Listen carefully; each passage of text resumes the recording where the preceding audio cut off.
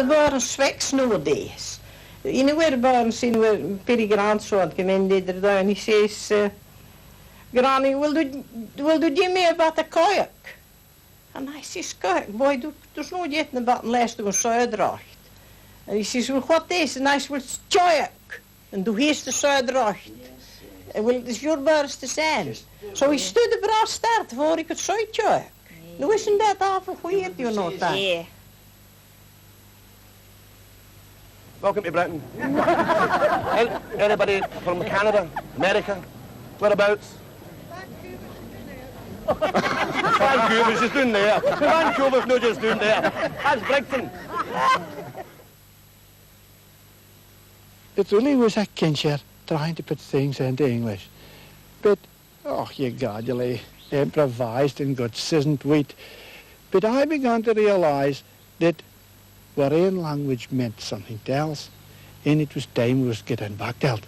Part of me, I'm just no me without the way I speak, without my Scots accent or my dialect or anything. Yeah. It would just be a false image of myself. I think it must be really weird to be able to go into any situation and speak the way you were brought up to speak. To go at that job or to go anywhere in the country, even into England, and be able to speak the way you were brought up to speak, because I've never been in that position. Language should be as natural as breathing, but in Scotland it's a bit more complicated than that. I consider myself to be bilingual. The local school taught me good English, but denied any status whatsoever to the language we spoke most of the time, Scots. To Aubrey for the Irvine Valley, that's the Muckle Brig, and it's the Irvine Water, our donor's the Langloch Kilmarnock, and our donor at the Fit of Loudoun Woods is the place where we played golf. You learn from a gay early age to switch from one to the other, so that sounds, syntax, words and grammar can change for example. As I went over the bridge, the town clock struck 4:30, and these girls asked if I had stopped work sooner than I expected, too. As I get over the brig, the two nook chapped 1/2 hour, and their lassie speared gin I had got lousy shinner nor I expected. Now both expressed the information equally well, but descriptions of the latter could range from in a good Scotch tongue to slang, slovenly speech, bad grammar and corrupt English. For lowland Scotland has been a linguistic battlefield for many years. What's the matter with your face, Doherty? Skint my nose, sir. How? I fell and bumped my head in the shock, sir. I beg your pardon? I fell and bumped my head in the shock, sir. I beg your pardon. I fell and bumped my head in the... That, Doherty, is impertinence. Now you will translate, please, into the mother tongue. I'm waiting, Doherty. I bumped my head, sir. Where? Where did you bump it, Doherty? In the gutter, sir. Not an inappropriate setting for you, if I may say so. I'm disappointed in you, Doherty. I used to hear nice things about you, but not anymore. You might have had the chance to go on, get some hires. But what's the point? I wouldn't waste the time of highly qualified teachers. But while you're here, you will behave like civilized people. Brawling in the playground. I will not I bumped my head. have In the shock. violence Shock. in my school. Now, Doherty, up. 2 more for insolence. 5, Bastard. 6. Big fat bastard. The feeling of being disenfranchised from the way you naturally speak is part of my experience. And I know that even as a teacher, I was aware of situations not as extreme, but of a similar nature. There was a teacher told me, and he was teaching in Shortleys, he was having trouble getting the kids to speak in standard English. Like every time they said he'd, he would insist that they translate it immediately into head, and hon was hand, and so on. And it was working quite well on his terms. You know, if you can do something as bad as he was doing well, he was doing it well. Most of the children were conforming, but there was one wee boy who just couldn't stop. He always spoke about his foot, no his foot, and so on. And eventually brought him out and stood him beside the wastepaper basket, which was maybe symbolic, you know, that's where he'll finish up. And he was teaching the rest of the class, and the headmaster came in, and he walked up to the wee boy and he said, "Oh, what's he been doing now?" And in other words, the headmaster of the school was talking the way the wee boy in the playground was talking, and that's the kind of weird, you know, contradictions you get. I still feel that it's our job to foster the use of correct standard English, both by the teacher and by encouraging practice of it by the pupils, so that when they go out of this area or their own area, they may be much more easily understood. Do you feel that teachers tend to talk a wee bit too polite? Some of them. Some of them? Not all of them? You talk just about we do usually. But there's some of the other English teachers usually that talk properly. But maybe that's what they're meant to do, maybe they're meant to be English. Other teachers feel there is no tension in encouraging both tongues. Quite honestly, I don't see any disadvantage. They're Ayrshire and I'm Ayrshire. So I'm just speaking the language that they use. I have an absolute horror of folk going to elocution lessons to be better. You know, in here, they go for elocution lessons to speak Burns. How can you go to elocution lessons to speak your own language? Now, your language is you, and I don't think you should ever change it. At school, the debate goes on, but at home, Scots is unquestionably the mother tongue. She'd probably tell me to go be in the kitchen and get bin a mug or all the creasy cups and dishes, and she'd say turn on the spigot and sign out the cups and dishes, then dish down the sideboard, and then I'd probably bringe about try to put everything by. And dug it, but cooling in the corner, fear in case I scalped it for getting in the way. All our pupils are bilingual. They've got the language of their own peer group and they've got the language of a formal classroom situation. Unfortunately, I suppose we would say that the language of their informal language has fewer and fewer pure Scots words than they used to have, and has degenerated into a kind of sloppy colloquial English. Well, I was at the camp and I was starving, so I got up to the old woman and asked her to give me something to eat, and she said the lasses has bumped the toast. I didn't believe her. Oh, them that does that just thinks they're doing it for to be smart, but they're just gunners. All the big lasses does that, especially her. I ken the one you mean. But was you no sweet to ask her if you could have some of hers? No, I was that hungry. I could eat a scab head at Wayne. But speech condemned as bad English is often very good Scots. Dialects descended from a completely separate language in the Middle Ages. Well, I was at the camp and I was starving, so I got up to the old woman and asked her to give me something to eat, and she says the lasses has bumped the toast. I didn't believe her. Scots grammar is different from English. The correct Scots is we was, not we were. Or, as Lord Douglas tells Henry IV, my men has burnt the Tunaberwick, not have burnt. Oh, them that does that just thinks they're doing it for to be smart, but they're just gunners.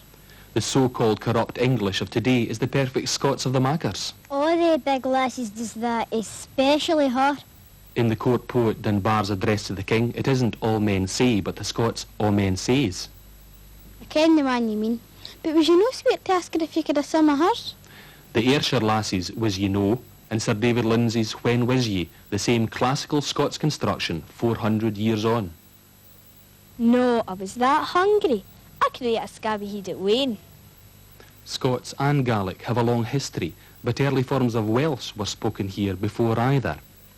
Place names with Pit are Pictish, Aber is a river mouth. The Welsh for village Treff gives Tranent and Traquair, while Pennycook is Pen y Goch, the hill of the cuckoo. This was how it looked in the year 450, but 200 years later, Welsh was in retreat from Gaelic in the west and English in the borders. Brought in by Anglian settlers whose leaders are commemorated in Ednam and Haddington, English is the forerunner of Scots. By 850, Norse, the language of the Vikings, had arrived, but over the next 3 centuries, Gaelic came to dominate the emerging kingdom of Scotland. Place names like Tynwald, though, Norse for meeting place, recall our Scandinavian heritage. But English prestige increased dramatically in the reign of David I, who established boroughs all over the lowlands and planted them with English-speaking settlers. This was the beginning of the linguistic divide between highlands and lowlands. Good almighty, Thache walde on galgu gestiga, modig for alle men. This is how the forerunner of Scots may have sounded in the 7th century. Hefenes lafard, halda ik nedursta. It's the Anglian poem, The Dream of the Rood, describing Christ's suffering on the cross. This is the earliest surviving written example of Scots wrought in fine runic inscriptions on the Rhyddle Cross in Dumfriesshire. Sarah ik was with sorghum gedreven. This Anglo-Saxon tongue crossed the border hills in the 7th century, leaving place names which tell a story. Heriot is Herigiat, the gap of the army. While Welsh and Gaelic came and went, through all the intervening centuries, Scots has remained the language of the border boroughs. Selkirk sits in a wee pooch in the hills. It only has a reasonable access from the east. The rest, the hills, hide it in. And up to about the 1700s, I mean, for instance, in about 1750, it was a 4-day journey to take it to Dumfries. And I think this has very largely preserved the way of life we have. The borough of Selkirk's been in the go since about 800. And around about 1200, David I, the King of Scots, gave a large common to Selkirk. Or he at least he shared it with Selkirk. And he had this magnificent common of about 22,000 acres. Over the years, of course, the local lairds tried to honk a wee bit off here and there, and a wee acres this place and that place. Of course, the Selkirk folk didn't like this, and they had to ride their common quite literally to make sure that the local lairds kept to their own sides of the dikes. This year, I got up about 6 o'clock to get up to the market square for 7 for the second drum. And then the band, doing the green with the band and with the riders behind you. And then come down to the crossing of the water there. And after you've seen them away galloping up out of the fields. Until the 15th century, the people had called their language English, but as the tongue developed and national identity was forged through long wars with the old enemy, they began to call it Scots to distinguish it from the tongue of the hostile nation to the south. The legend says, now I must state it is only a legend, that Selkirk sent 70 fighting men out to Flodden on the King's command, and that only Yin came back. But in his hand he had a captured English banner. And instead of saying, oh, there's no more coming back, he was over filled with way that he couldn't. And he cast it twice or thrice round his head and then put it down in the cobbles. This was to let all the women and bairns ken that no more were coming back, that they were all lying tumbled heads and thraws and flooding.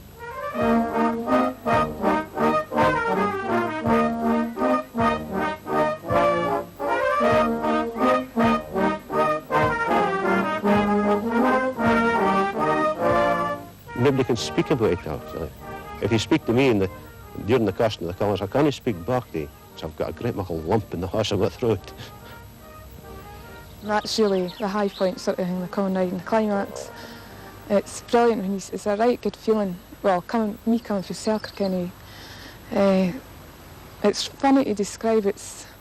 You get a right sort of funny feeling inside you, and everybody's just saying, like, the day this old man was greeting beside us, especially at the silence, and then when the Lilton came on, it's a great feeling. Everybody's packed into the square in the total silence, and you'll be able to see the bairn greeting their horses' hoofs clanking sort of thing. And everybody's quiet and thinking the same things as you, or you can't find. And everybody's maybe got a tear in their eye sort of thing. It's great.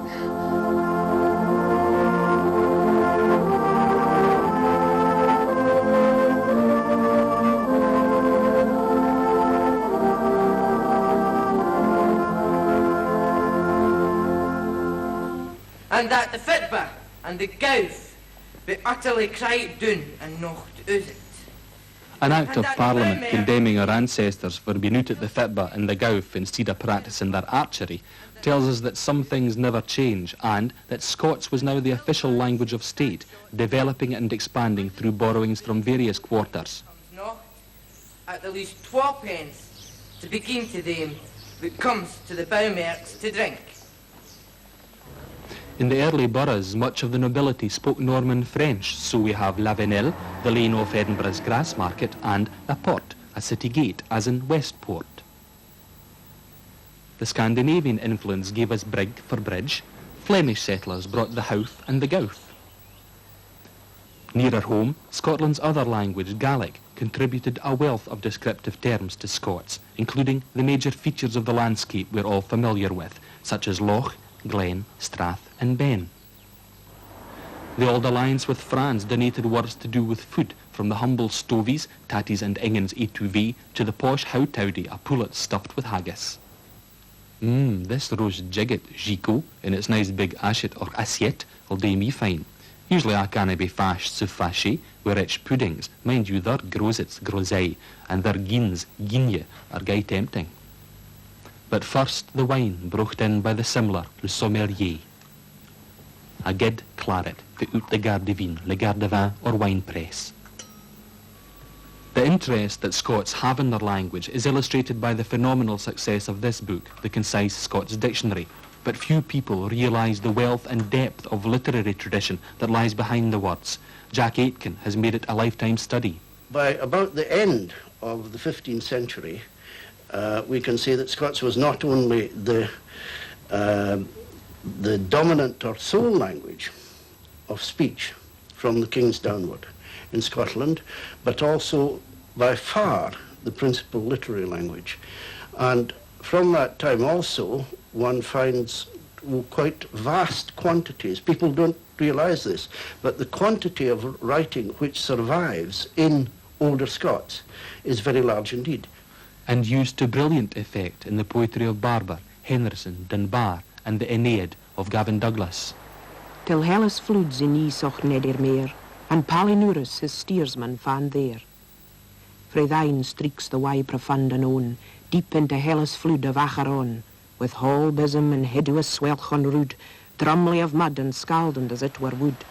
Popland and Bulren firth on other hand, unto Chachaitis all is slike and sand. Their rivers and their waters keep it war, by ein Charan, a grisly ferriar. Terrible of shape and sluggart of array, upon his chin feel canos here is grey, liart filtered teats, wi' burning een reed like 12 fire blazes fix it in his heat. Colloquial Scots was quite widely differentiated. I mean, you can see lots of examples of this. You can even see it in a single play, in Lindsay Satyr of the Three Estates, how colloquial Scots is differentiated from a grander sort of Scots, the Scots that you might use for orations, for instance, such as Lady Sensuality makes when she appears in the satire. O Venus Goddess, unto thy celsitude I gie laud, gloire, honour, and reverence, well granted me sic perfect pulchritude. What shall I do when she comes here? For I can know the craft per queer of lovers, Jin. Therefore at length ye mun lear me who to begin. O to kiss her and clap her, sir, be noch defeared. She will not shrink, though ye kiss her in span within the beard. But if you think that she thinks shame, then hide the bairnies in with her tail and tent her wheel. You wot what I mean. Well, if you give me leave, sir, first to get I shall learn you the cues how ye shall do. God forbid wantonness that I gie ye leave.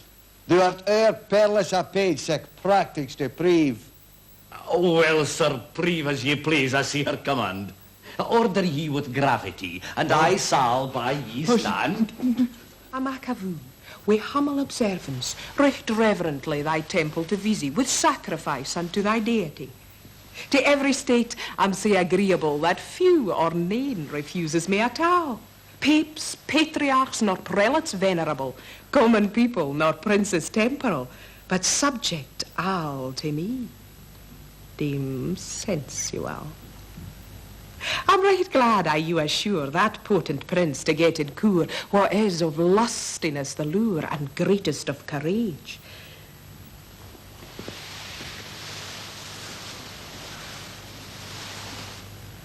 Oh, potent prince of pulchritude preclear, good Cupido, preserve your celsitude, and Dame Venus might keep your course from care. As I wad, she should keep my own heart blood. Welcome to me, fearless of pulchritude. Welcome to me, thou sweeter nor the lammer. Milk has made me of all the lure denewed.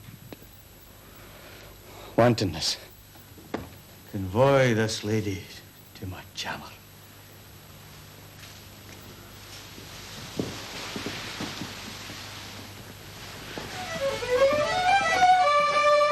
The tongue was in its full flowering when the Northern Isles of Orkney and Shetland were ceded from Norway to Scotland in 1469.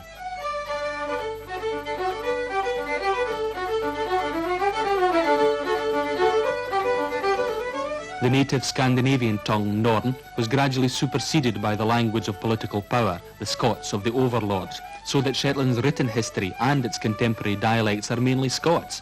But like the fiddle music of Tom Anderson and Bobby Peterson, they're also uniquely Shetland. A good old tune, Bobby. That was for the Fader, wasn't it? Aye, that's right. Then the Fader, of course, he had some of your tunes. There was a lot of you know. Oh, yes, yes.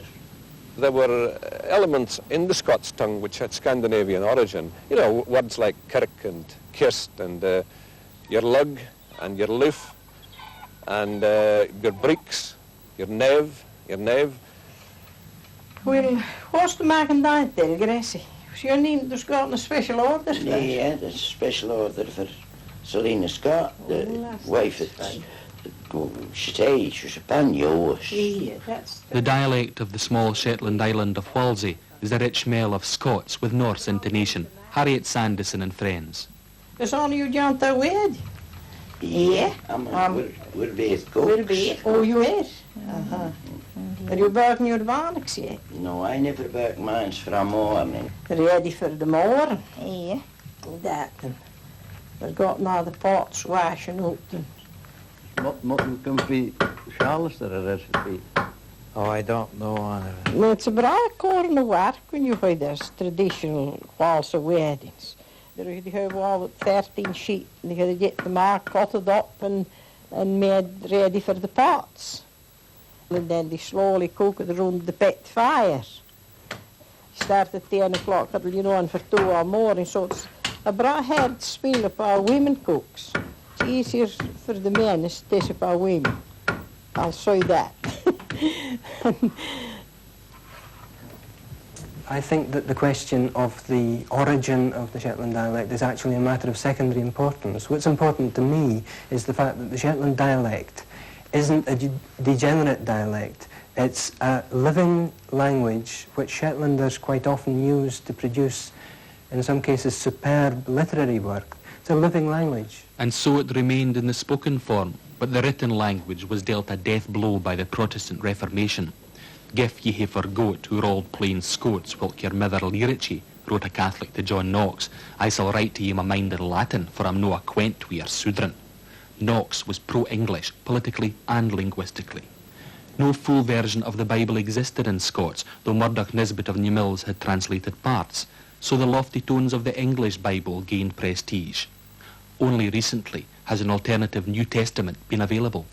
Who happy the poor that is humble afore God, for theirs is the kingdom of heaven.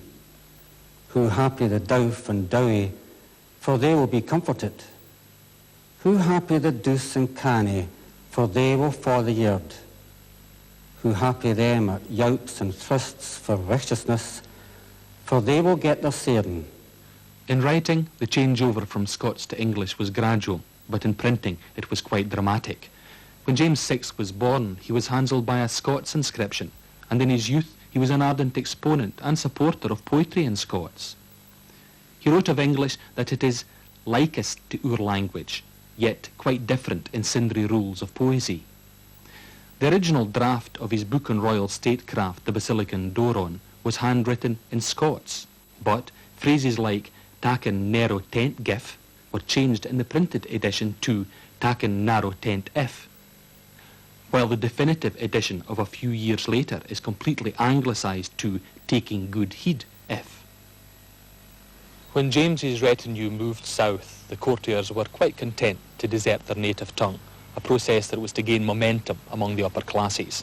The poet, Sir Robert Ayton, had made good use of Scots, but he turned to English as he crossed the Tweed, describing it as fair famous flood, which sometime did divide, but now conjoins two diadems in one.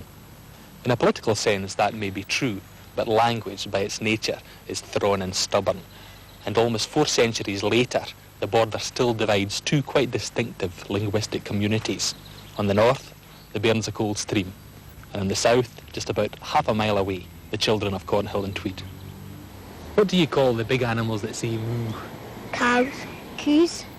What do you call the big yellow vegetable that you use at Halloween? Turnip. A baggie. Baggie. What's the vegetable that when you cut it up, it makes you cry? An onion. A greeter or a inging. When you lift potatoes out of a field, what are you doing? Digging. Taking the tatties up. What are these two things at the side of your head? Yes, your lugs. What would your mum do to you if you were naughty? Mum would say, I would spank you. I'll give you a scalp across your bum. When you go to the baths, what do you do there? Swim. I have a duke. Is that you're scratching just now? Head. My head. What do you call things Sweeties comes in? Blag. Pork. Rama. Aye.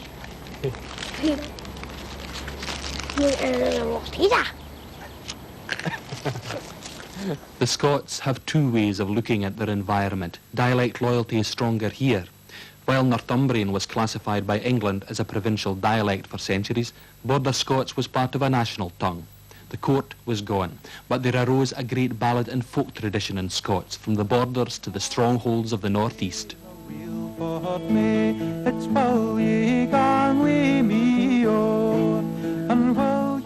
At his school in Deeside, Ian Hendry realises the continuing relevance of Scots, but also the need to make it vital and new. Here, I've got a goodie for you. Cricket? Aye. Well, I was coming down the road one day on my motorbike and I hit this big steen, fell into this puddle. And I was absolutely drook it. Puddock? Aye. Just a frog. Like, tell you a story. My dad, we went down into the garden to get us thing. We just went down into the garden to look at the fish in the pond. There was this muckle puddock sitting right in the middle. So we took a net and just scooped it out and chucked it over in the ditch. A lot of people would say that the old words are irrelevant and old-fashioned. No, I think that's then saying that the children's culture is irrelevant and old-fashioned. And I think it's very important for them to maintain an interest in their own culture, using the dialect as their form of expression. Do you think it's incongruous that a national culture is left to individuals to teach? Well, surely it must be. It can't be done on an ad hoc basis like this, because what you're saying is you're relying on a people's culture to be preserved by a few enthusiastic amateurs, and surely that's no way to direct a policy. I tell ye, Will, ere we were wed, ye was far above my degree, oh, but now we're married and a bed laid, I'm just as good as ye, oh. And when you are dead and I am dead, and baith in a grave laid, oh, ere 7 years are rant and end, though no penny your dust remind, oh.